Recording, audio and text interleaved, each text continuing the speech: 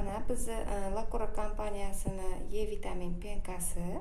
Hurmatli kuzatuvchilar, hozir sizlarga penkamizni ishlatilish tartibini va uni qay darajada ko'pik hosil bo'lishini ko'rsatamiz. Bu penkamizni tarkibida E vitamini mavjud va bu yuzni professional darajada yaxshi tozalanishga yordam beradigan vosita hisoblanadi. Ushbu penkamizdan bemalol 2 mahal ishlatish mumkin.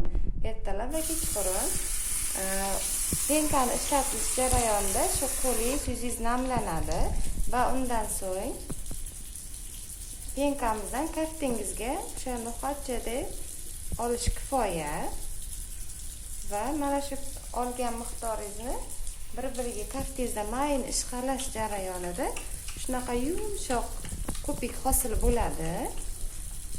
Mana shu ko'pikka yuzimizni yuvib va iliq suvda chayib tashlash tavsiya etiladi. Mana ko'rdingiz azizlar, ozginasi o'zi rosa ko'pik hosil bo'ladi va mana shu ko'pikda yuzimiz yuviladi.